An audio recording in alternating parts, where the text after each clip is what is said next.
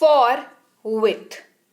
ये तीनों अपने आप में शब्द हैं जो जरूरी हैं अंग्रेजी बोलने के लिए, लेकिन इन तीनों शब्दों का प्रभाव काफी ज्यादा पड़ता है जब ये किसी दूसरे शब्द के साथ मिलते हैं। तो आज की क्लास में टू, फॉर और विथ का शब्दों पर प्रभाव जानेंगे। क्या होता है, कैसे होता है, कैसे वाक्य में इस्तेमाल होता है, सारी डिटेल्स जानेंगे। रोज प्रयोग होने वाले महत्वपूर्ण अंग्रेजी शब्द हैं ये। किनके साथ मिलकर के? टू, फॉर और विथ के साथ मिलकर के। सबसे पहले जानते हैं टू का शब्दों पर प्रभाव।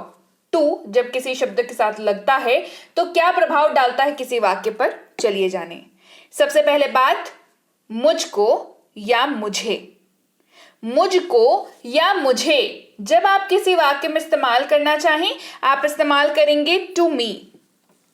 क्या इस्तेमाल करते हैं? इस्तेमाल करते हैं टू मी। उसने मुझे उपहार दिया। उसने मुझे उपहार दिया। He gifted to me. He gifted to me. आपको या तुमको। आपको या तुमको यानी कि टू यू।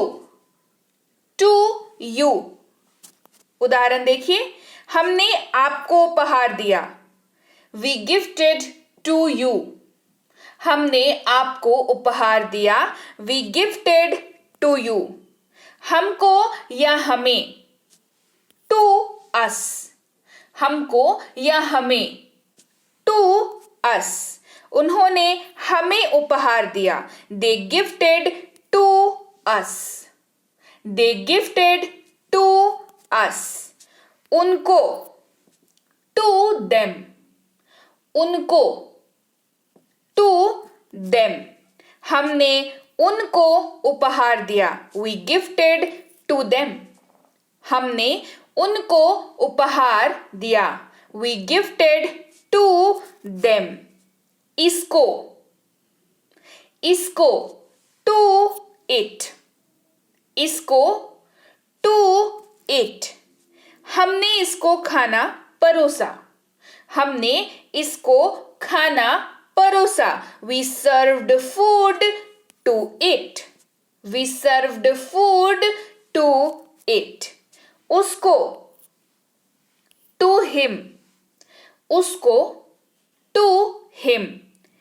इस्तेमाल होगा मेल मेंबर के लिए, क्योंकि हिम का इस्तेमाल यहां पर हो रहा है। और जैसा कि मैं आपको कई बार बता चुकी हूं, हिम शब्द का इस्तेमाल होता है किसके लिए? पुरुष के लिए। यानी कि मेल मेंबर का के बारे में जब भी आप बात करेंगे तो आप हिम शब्द का इस्तेमाल करेंगे। जैसे हमने उसको उपहार दिया, और ये उसको जो है वो अगर किसी पुरुष के लिए आप बोल रहे हैं तो वी गिफ्टेड टू हिम का इस्तेमाल करेंगे। We gifted to him. उसको, टू हर। उसको, टू हर।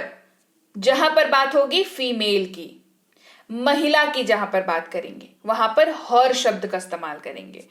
तो इस्तेमाल देखेंगे, मैंने उसको उपहार दिया। I gifted to her. मैंने उसको उपहार दिया। I gifted to her. अब बात करेंगे फॉर की।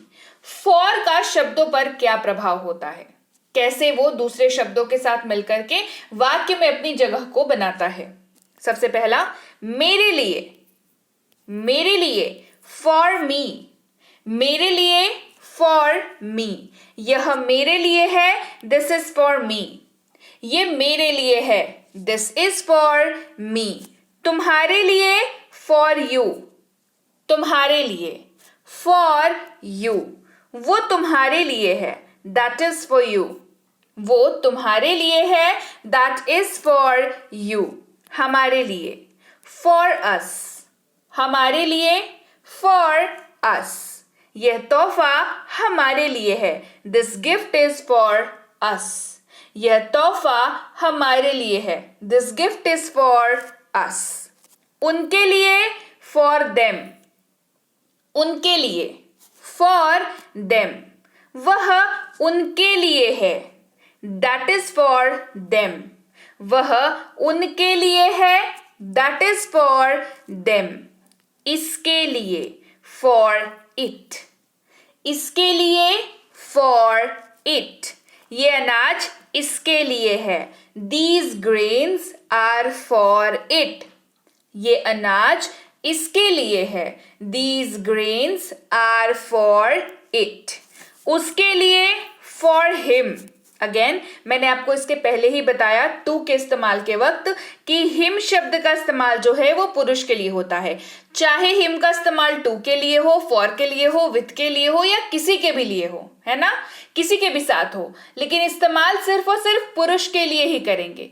यहां पर भी फॉर हिम की जहां पर हम लोग बात कर रहे हैं तो हम लोग किसी मेल मेंबर की बात कर रहे हैं. जैसे यह उसके लिए है, दिस इज फॉर हिम, तो ये उसके लिए जो है ना, ये किसी मेल मेंबर के लिए बात कर रहे हैं, तो हमने इस्तेमाल कर लिया दिस इज फॉर हिम. उसके लिए अगर बात करें किसी महिला के लिए यानी कि फीमेल के लिए तो क्या हो जाएगा, फॉर हर हो जाएगा, फॉर हर. जैसे वो उसके लिए है, दैट इज फॉर हर. वो उसके लिए है, दैट इज फॉर हर. अब बात करते हैं विथ का शब्दों पर प्रभाव.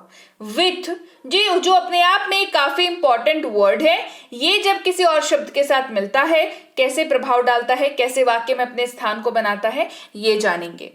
मेरे साथ कहना हो, मेरे साथ कहेंगे विथ मी. मेरे साथ विथ मी. वह मेरे साथ आई, शी केम विथ मी. वह मेरे साथ आई, शी केम विथ मी. तुम्हारे साथ, आपके साथ, विथ यू. तुम्हारे साथ या आपके साथ, विथ यू. हम आपके साथ चलेंगे, we will go with you. हम आपके साथ चलेंगे, we will go with you. हमारे साथ, विथ अस. हमारे साथ, विथ अस. वह हमारे साथ आ रहा है, he is coming with us. वह हमारे साथ आ रहा है, he is coming with us. उनके साथ, विथ देम. उनके साथ यानी कि विथ देम. मैं उनके साथ जाऊंगा, I will go with them. मैं उनके साथ जाऊंगा, I will go with them. इसके साथ, विथ इट. इसके साथ, विथ इट. इसके साथ कवर जुड़ा हुआ है, the cover is attached with it. The cover is attached. Attached मतलब जुड़ा हुआ. The cover is attached with it. उसके साथ, विथ हिम. और अगेन हिम का इस्तेमाल किसके लिए होता है, मेल मेंबर के लिए, पुरुष के लिए. तो उसके साथ, विथ हिम. उसके साथ, विथ हिम. वह उसके साथ जाएगा, he will go with him. वह उसके साथ जाएगा, he will go with him. उसके साथ, विथ हर. उसके साथ, विथ हर. बात यहां पर फीमेल की हो रही है अगर तो हर शब्द का इस्तेमाल कर लेंगे. मैं उसके साथ जाऊंगा, I will go with her. मैं उसके साथ जाऊंगा, I will go with her. यहां पर अगेन से हर का इस्तेमाल किसके लिए कर रहे हैं, फीमेल के लिए, महिला के लिए, राइट. तो आज की क्लास में हमने सीखे 3 बहुत ही महत्वपूर्ण शब्दों का दूसरे शब्दों के साथ मिलकर के क्या प्रभाव पड़ता है वाक्य पर, कैसे वाक्य में वो अपने मतलब को बनाते हैं, कैसे अपनी जगह को बनाते हैं और कैसे वो उस वाक्य को इंपॉर्टेंट बना देते हैं ना. आपको ये जरूरी है, आप किसी भी हिंदी वाक्य को जब अंग्रेजी में कन्वर्ट करेंगे, ट्रांसलेशन करेंगे तो यू नीड दिस. आपको जरूरी है इस चीज का, तो आपको इसको जो है वो पढ़ना ही पड़ेगा, राइट. तो आज की क्लास में हमने ये कवर किया, तो आप इस क्लास का रिवीजन जरूर करें. और ये थी आज की क्लास. उम्मीद है क्लास समझ में आ गई है. क्लास समझ में आई है तो कमेंट करके मुझे जरूर बताएं. क्लास को लाइक कर दीजिए, शेयर कर दीजिए. चैनल को सब्सक्राइब नहीं किया है तो फटाफट से कर डालिए. मैं आपसे मिलती हूँ आपकी अगली क्लास में. Till then, thank you so much for watching. Stay connected to my English coaching.